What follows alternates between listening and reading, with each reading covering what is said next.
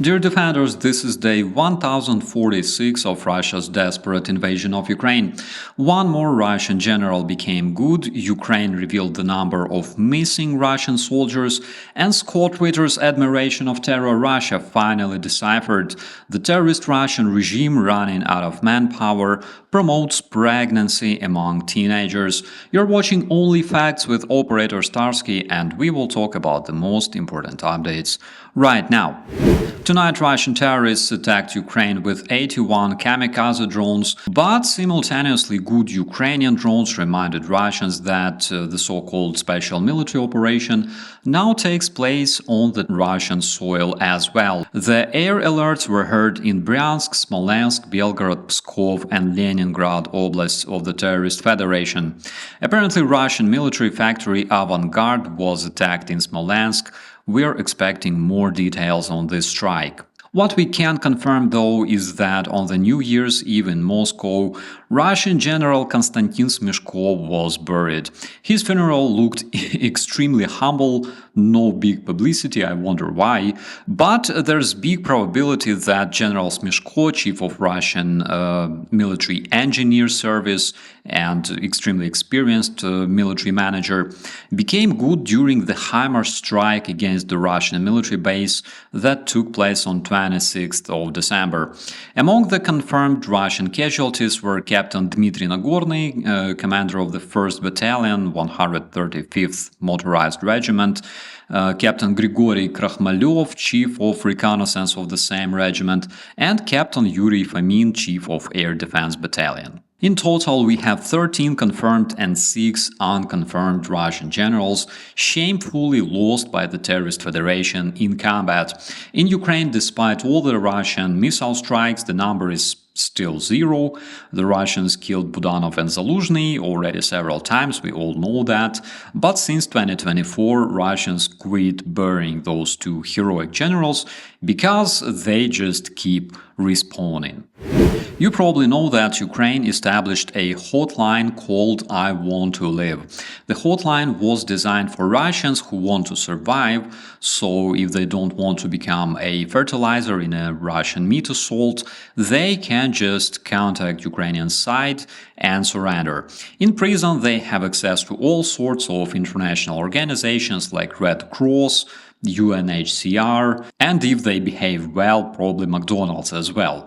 So this hotline is not only used by Russian invaders, but also their relatives who often contact Ukrainian side in order to find their missing fathers and sons.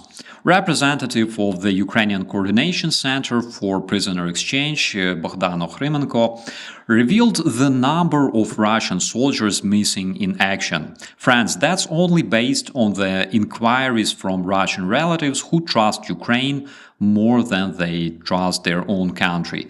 According to the representative, Ukraine received more than 50,000 such calls from Russians searching for their missing soldiers. Additionally, he estimated that the real number can be twice as big. Also, earlier last month, Putin's niece, Anna Civilova, accidentally revealed the number of missing Russians in Ukraine, 48,000 Russian invaders. The number of all those mercenaries from Nepal, African countries, Colombia, Venezuela, we will never know because those guys are being slowly forgotten and we don't even see any footage with them anymore. As one Russian anonymous said in, I believe, 2016, Russianism is a chaos of shit and death, and everything you see happening in the terrorist federation serves as a solid confirmation of this statement.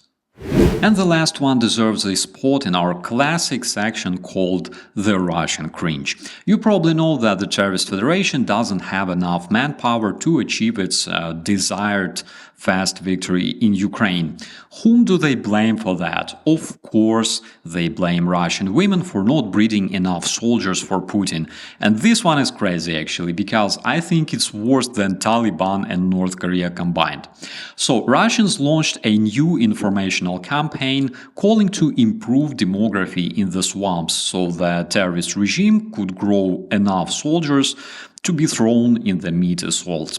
They already have a growing generation of young army, the modern Putin Jugend, where the kids are trained how to operate weapons, for example, and stuff like that. But this time they went even further.